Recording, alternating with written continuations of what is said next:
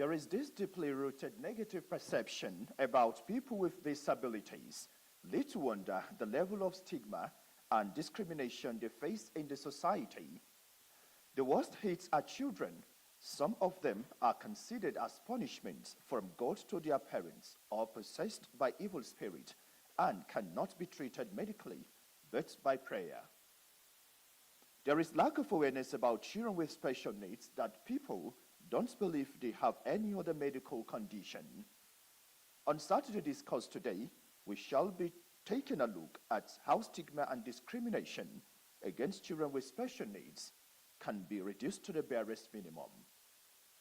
The guests, an expert working to address and alleviate the stigma surrounding special needs, shall be talking to us on the issue. More so, the news segments of the program will be very informative. All you need to do is to keep your attention glued to the screen as we promise you an exciting outing.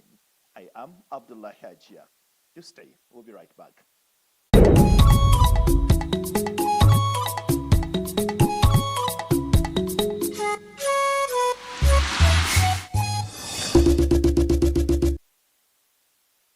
Now, let's begin with some stories making rounds. Minister of the Federal Capital Territory, Nyesom Wike, has appeared before the Joint Committee of the Senate and House of Representatives on FCT at the National Assembly to appeal for the approval of 17.1 billion naira appropriated for the FCT administration in the 2024 proposed national budget. Onusi Yakobo reports. Mr. Chairman, let me, on behalf of FCT, thank you and your colleagues for the opportunity. The 17.1 billion naira allocated to the FCT administration in the 2024 national budget has been earmarked for the completion of the abandoned and ongoing projects. FCT Minister Nyesom Wike says out of this amount, 5 billion naira is allocated as a counterpart fund for the Greater Abuja Water Supply Project, while 4.5 billion naira is for the design and construction of Nigerian Cultural Center and Millennium Tower. Other projects earmarked are the rehabilitation of the Federal Secretariat and the Vice President residence, as well as for the settlement of residential and office accommodation for international organizations in the FCT. It is self-explanatory. 17 billion is what's allocated to us for national budget. So I don't know what to say again, but to say that, help us to pass it. On the performance of the 2023 budget, Nyesom Wike says a total of 15.5 billion naira was appropriated for infrastructural development, noting that only 8 billion naira was released, representing 52%. The chairman, Senate Committee on FCT, Ibrahim Bomai, who pointed out that the FCT operates a dual budget, appeals to the members of the Joint Committee to give express approval to the minister. Onoze Yakubu, NTA News. Away from that, public policy analysts have been tasked on doing critique and giving feedback to the government and leaders for better policy formulation and implementation. This is contained in the 2023 reports of the association presented by National President of the Association for Public Policy Analysis, Comrade Prince Will Okore, who threw the challenge during a media briefing in Abuja. Our correspondent reports. The interrelatedness of the nexus for an efficient and effective society, which guarantees the rights and welfare of all citizens, public policy experts say, lies in the ability to interrogate and examine policy formulation and implementation of governments and leaders. It is the duty of the citizen to contribute to the advancement. Against the popular tradition of a top-down approach to policy drive, these experts say there is the need for a paradigm that recognizes feedback from the led. It's not a good practice that in Nigeria only the government will initiate policy, government will implement, government will monitor, government will evaluate. Where are the non-state actors that are the actual beneficiaries of these policies that are made by government? That is why we came together today.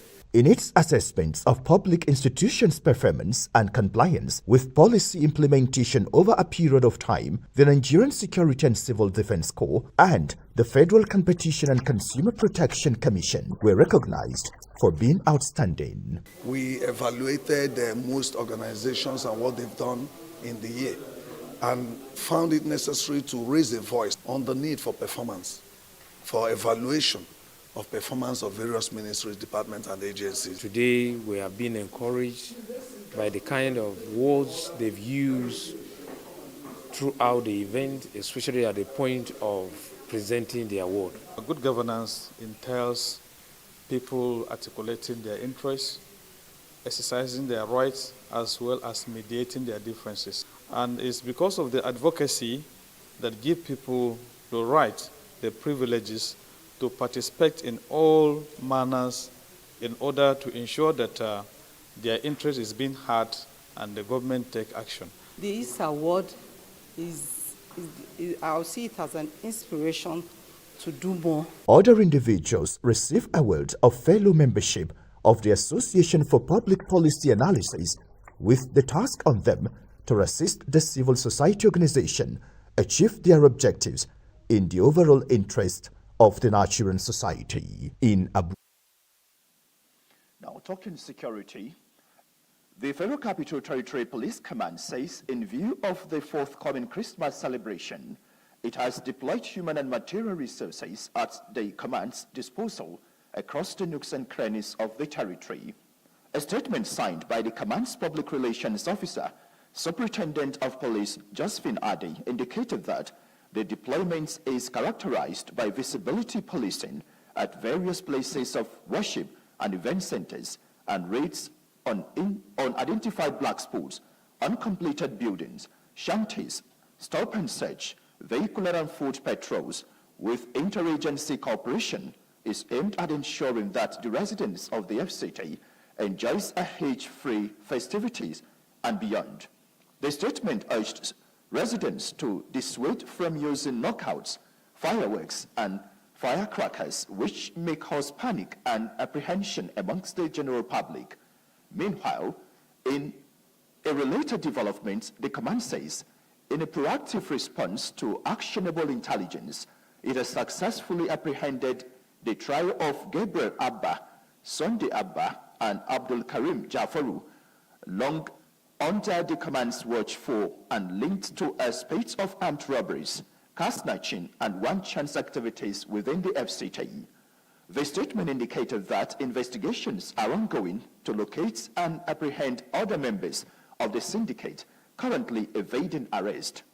It urged residents to remain vigilant and report emergencies for prompt action.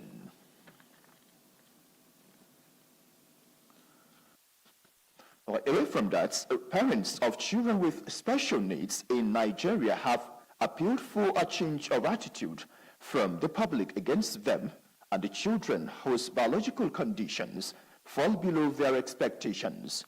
This plea came to fore as they expressed concern on how the society sees children with Down syndrome and cerebral palsy. Moses Kuye tells us more. Children with Down syndrome, cerebral palsy, and sickle cell disease conditions have come to live their God-given potentials. This is the position of parents of children with special needs who converged to campaign against stigma, a challenge as a result of trauma faced by incessant societal discrimination while caring for their wards. The stigmatization is there, and I'm the first-hand person that witnessed that stigmatization, especially when you are trying to look for school for your child, or when you are trying to take your child to be among in the society too. You see people walking up to you, trying to downgrade you, trying to... It's quite a lot, and then there's a way people look at your children with a demeaning, kind of approach. Your child, they look at your child as less of a human. That's just the plain truth. While it is undoubtedly true that parental responsibilities of especially mothers of children with special needs face a lot of societal challenges, a health physiotherapist shares some psychological implications. Our job is to first encourage the parents. A lot of parents are broken already, so they need all the encouragement. And of course, we need to ensure that these children move from point A to point B. As a professional, if a child comes to your center, your job is to ensure that a child that is not talking start to talk. We as a parent of special need face a lot of stigma for these children, due to the ignorance of public around us. And the stigma starts from family level to, as I said, community level and the society at large. However, these parents also advocate sensitization and symposium that can help government become proactive. Let the government implement, not that it has been signed, but let it be implemented so that these children will benefit in the sector of health, especially health. Then we talk of education and other welfare. Taking care of a child with special needs is cost effective. First, there are some children on medication and their medications are very expensive. Most of these parents are struggling to survive. They are struggling to feed. So a lot of times these children are left unattended. Some children are locked in the houses without therapy or whatsoever. So I think government can subsidize these drugs for them. It is observed that while some express readiness to speak up, others may humbly keep quiet and bear their cross on the incessant societal discriminations. In Abuja, Moses Kuye, NTA News. Thank you, Moses, for that wonderful report. And I think the message there resonates with all of us. And that's why NTA Channel 5 Abuja is joining this advocacy to add its voice to ending discrimination and other forms of discrimination, which I think the founder of Ma'am Special Care Needs, who happens to be with us right away in the studio to discuss more on this issue. I think it's one issue we must join. You're welcome to the studio, Haniyat Matthew Salisu. Thank you for joining us. Thank you so much for having me. Thank you. Okay, well, the advocacy and the campaign which you're pushing through your NGO, I think beyond what you did outside, now you're in the studio. What are the issues at stake that you think the public needs to know at this moment? Yes, the problem that the parents with special need mom are facing is stigmatization. This has prevented so many moms from taking their child to seek for the help they need. So we are trying to come out to sanitize the society, the family of people with special need, to support parents with special need children so that they can be able to get the support they need. We are even also trying to tell the government that please, these parents, is lonely for them out there. They need that support. The funding, they need health insurance, they need support for therapy and all that, good medication and all that. They need that support. Okay, well, let us not confuse our viewers. Yeah. Who has children with special needs? Yes, when we are talking about children with special needs, there are people with neurodivergence such as Down syndrome, autism, cerebral palsy, selective mutism, ADHD, that is attention deficit hyperactivity, and those are the ones that we are talking that have special needs. Okay, you're talking from experience, madam. Yes. At what stage do parents begin to identify or know a child has this deficiency or this challenge? Yes, there are different special needs like Down syndrome. I have a son, he's 7 years old, he has Down syndrome, it's genetic, they said, and you can identify it as soon as you give birth to your child. While some like autism, parents cannot identify it until later in life, maybe when the child is like 2 years, the child does not have social interaction with others, they don't play with their peer group, they want to be alone, they have a repetitive behaviors that they are doing. Then the cerebral palsy is very common in Africa, and this is something that can be preventable, but it's very common. These ones happen, maybe a child has a jaundice and is not properly taken care of, and it can lead to the brain some parts of their brain, which causes paralysis to one side of their body. Yes. Well, should I say, unfortunately, I know Imran, your child was supposed to be part of this discussion, but I think he has to answer the call. He's sleeping. Yes. We'll pardon him for that. Yes. Now, how do you especially take care of these children? From your own experience. Yes, from my experience, we have a center that we take care of such children. We said it's not one size fits all. We identify their strengths, and then we try to work on it for them. It's a combined service. We have physiotherapists, educational psychologists. We even have swim coaches, yoga coach. We have speech therapies and scent therapies. Is a combined professional that comes together and gives special service to such children. A whole lot is required. Yes. Working together, interrelatedly working together. So what has your experience been, and how do you think probably governments, private sector, individuals can support people like you that have now identified to say, okay, let's even operate under a foundation to take care of most of these children? What can we do? Collaboration is very, very important.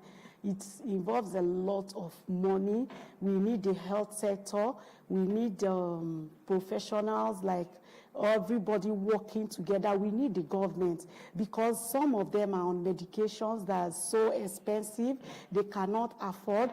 If government can come in, and their education too is expensive because it's an extra support given to those children, unlike the neurotropical kids that just come to the class and learn and go home. But this one, you need an extra support for them. So collaboration with the government and every other organizations to help, it will go a very long way for those children. Okay, well, government is there, and I believe government is watching and listening to what we are saying. So what efforts have you been able to do in terms of reaching out to probably those that could be interested in supporting what you do? Now, especially we are in an era of renewed hope, the government just launched a very serious health sector reform. So how can you reach out to push for government to realize what you're doing for support? Yes, we are trying to push. We are pushing through the internet. The work we had on Saturday about erase stigmatization,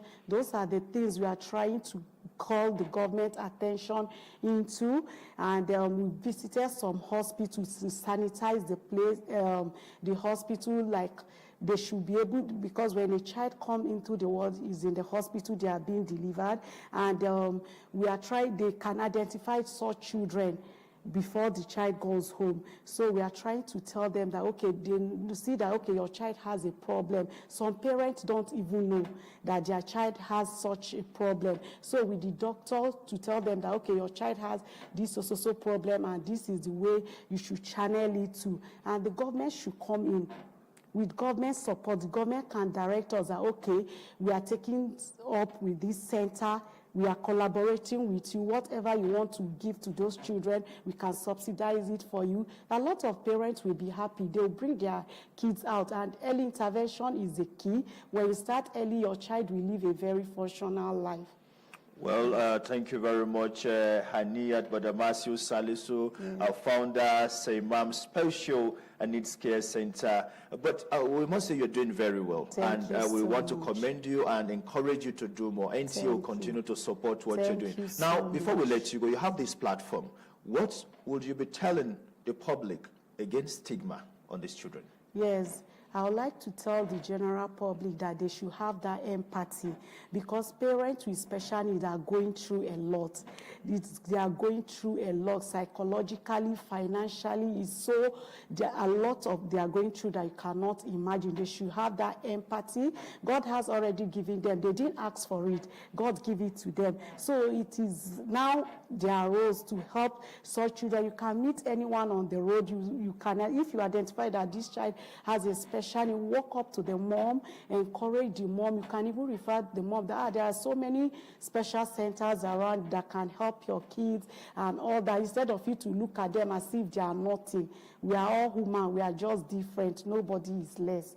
Yes. Thank you very much once more, and we want to say you're doing very well, and you'll continue to gather your strength, and like it's inscribed on your shirt, erase the stigma. Yes. And we're joining our voices to say we must erase the stigma. It's one humanity and one universe, and we'll continue. All right, I will go on a short break, and when we return, the program continues. Do stay. Relive your delightful moments via a telecast. Tell the world what gave you your happiness or pains, and for the how, where, and why. Share your joys of coronation, chieftaincy orders, engagement parties, traditional wedding ceremonies, weddings fatiha, nikah, naming ceremony church programs, housewarming, inaugurations, award nights, school and social events, or moments of grief like burial ceremonies with many others. Don't let your events pass and your story not be told on Memories every Saturday, 7:30 p.m. on this station.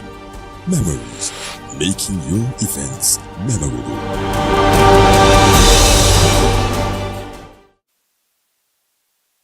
Thank you for staying tuned. Now, adopting to more. This was the thrust at the 2023 Annual International Summit Induction and Award Ceremony for Forensic Practitioners in Abuja. Sandra Akeme reports that the 15th Institute, in partnership with Advanced Peace and a society that is peaceful is security conscious. Training and certifying persons aspiring to be professional negotiators. We educate them on how to be professional in wherever they go to. Whenever you see something that you are not comfortable with, you raise an alarm. The 2023 summit is to honor and give induction for members who passed all the security and forensic studies in their professional examination, while awards were for those nominated by partners. I will faithfully discharge the duties of its assignment. An award that empower you to go into the whole world and be an employee of labor. The Inspector General of Police, represented by the Acting Inspector General, Shehu Gwazo, admonished practitioners, amongst others, to always be guided by the principles of fairness, integrity, and compassion in discharging their duties. We must also acknowledge the responsibility that accompanies this advancement. Security and Forensic Studies is calling on everyone to take advantage and enroll in their professional courses, which are ongoing. In Abuja, Sandra Akeme, NTA News.